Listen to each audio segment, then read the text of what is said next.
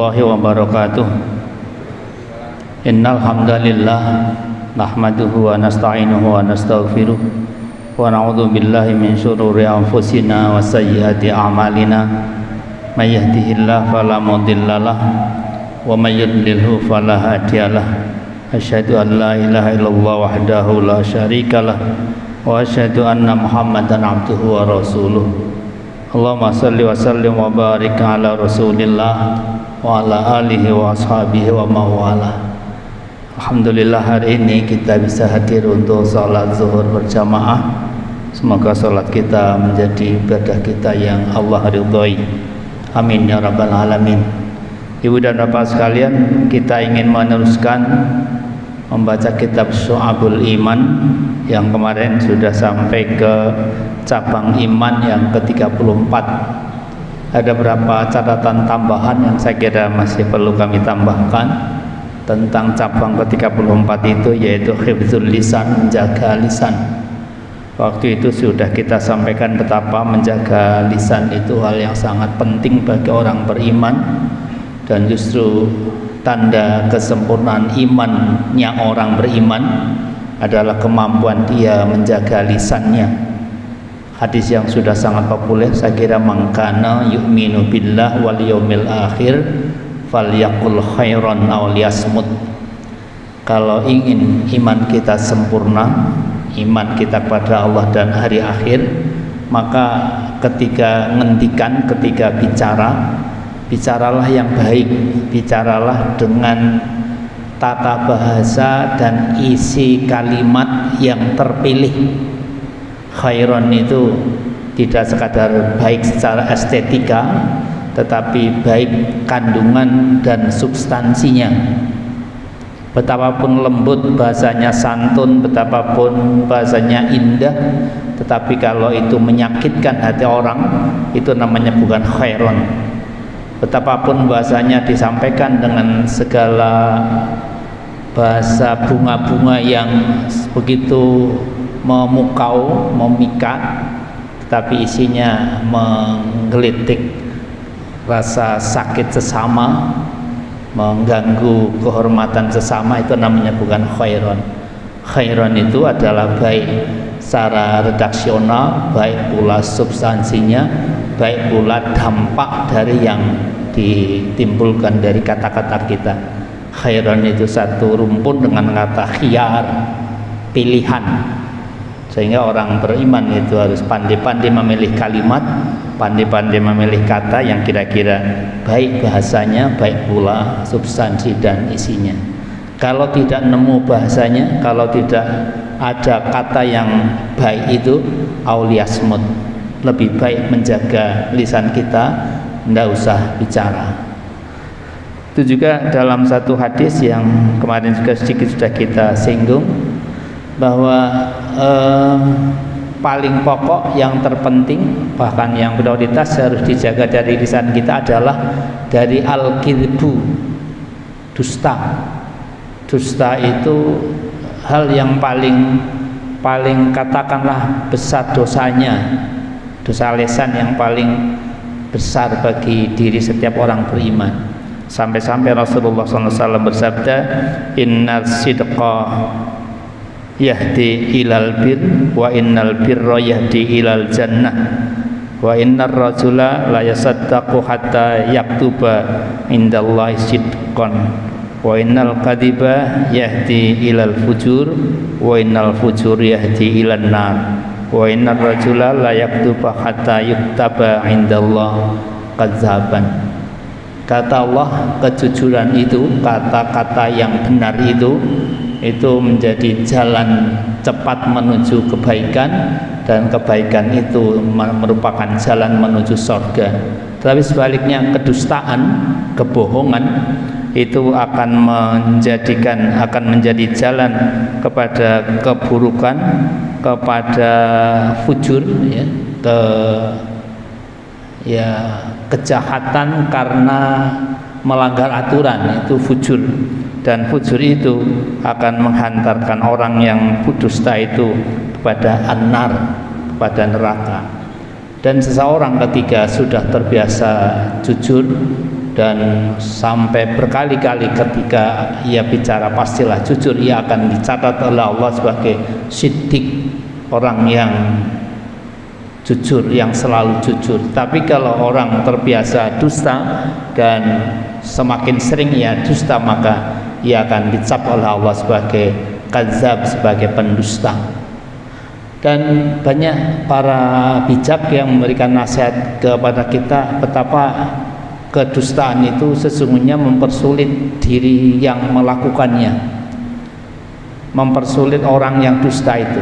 Prof. Hamka, seorang ulama di negeri kita yang sangat bijak, membuat satu nasihat sangat bijaksana bahwa seorang ketika satu kali dusta, agar kedustaan pertama tidak terketahui orang, dia harus membuat dusta 1000 kali sesudah itu.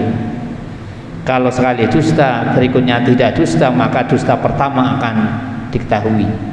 Nah, kalau ia ingin tidak diketahui dusta yang pertama itu, dia harus dusta kedua. Agar dusta kedua tidak diketahui, dia harus dusta ketiga, dan seterusnya. Seorang suami yang tidak jujur, yang dusta pada istrinya terkait misalnya perolehan nafkah yang harus ia berikan pada istri, tetapi tidak semuanya ia berikan karena ingin melakukan sesuatu yang tidak disukai istri tanpa sepengetahuan istri, maka ia harus berdusta yang pertama bahwa apa yang ia peroleh dari nafkahnya sudah ia berikan. Dan kemudian ketika ia memanfaatkan uang yang ia simpan tanpa sepengetahuan istrinya, agar istri tidak mengetahuinya, maka ia harus berdusta yang kedua. Dan agar dia dusta kedua juga tidak ia diketahui istrinya, dia harus dusta ketiga.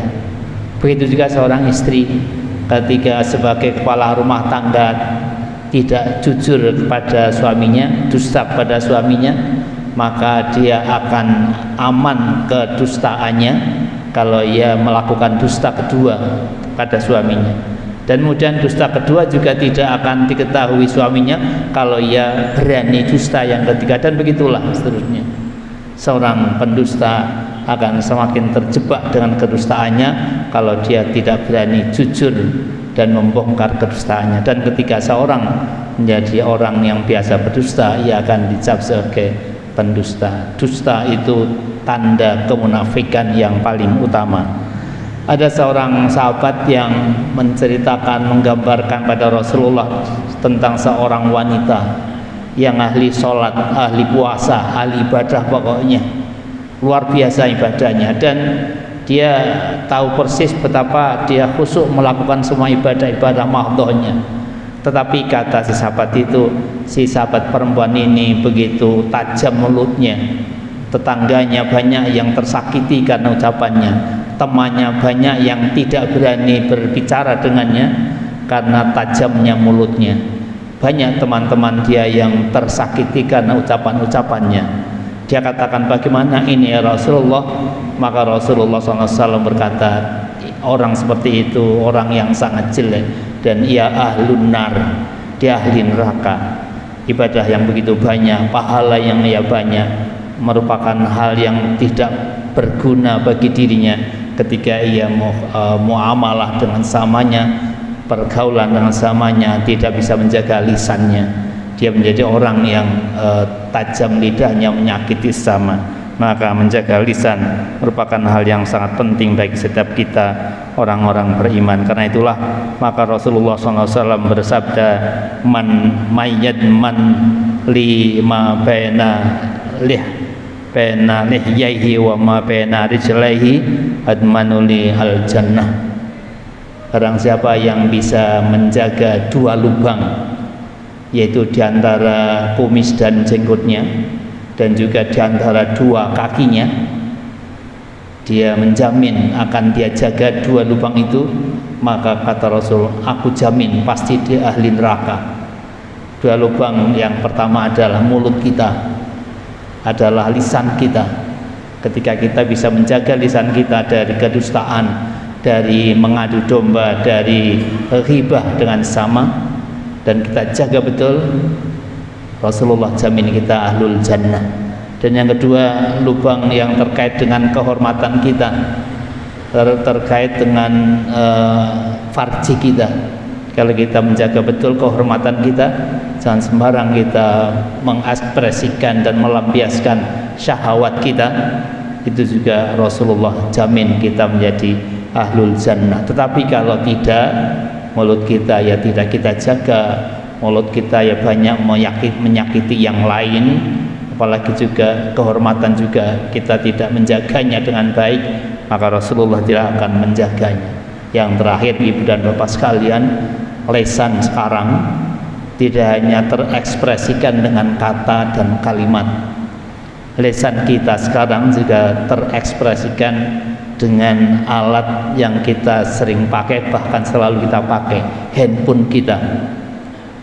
Lisan kita terwakili dengan jari kita, sehingga banyak hal-hal yang kita bagikan, kita kirimkan, kita share pada orang yang mungkin tidak kita ketahui siapa yang membaca kiriman kita. Ketika yang kita kirimkan adalah kedustaan, yang kita kirimkan adalah berisi hal-hal yang menyakitkan sesama, hal-hal yang kita kirimkan adalah sesuatu yang mengadu domba sesama kita, maka itu juga merupakan hal yang termasuk dusta dengan lisan kita, mengadu domba dengan lidah kita, dan kita melakukan ghibah dengan lisan kita. Maka hati-hatilah lisan kita secara fisik visual kita, dan juga hati-hatilah dengan jari kita. Jangan sampai sembarang kita nge-share hal-hal yang orang lain mungkin ketika membacanya merasa tersakiti karenanya. Semoga Allah menjaga kita dan kita terus bisa berusaha menjaga lisan kita, agar lisan kita betul-betul tidak melakukan hal-hal yang Allah larang dan menyakiti sesama. Subhanakallah wa bihamdika, asyhadu an la ilaha illa anta, astaghfiruka wa atubu ilaik. Assalamualaikum warahmatullahi wabarakatuh.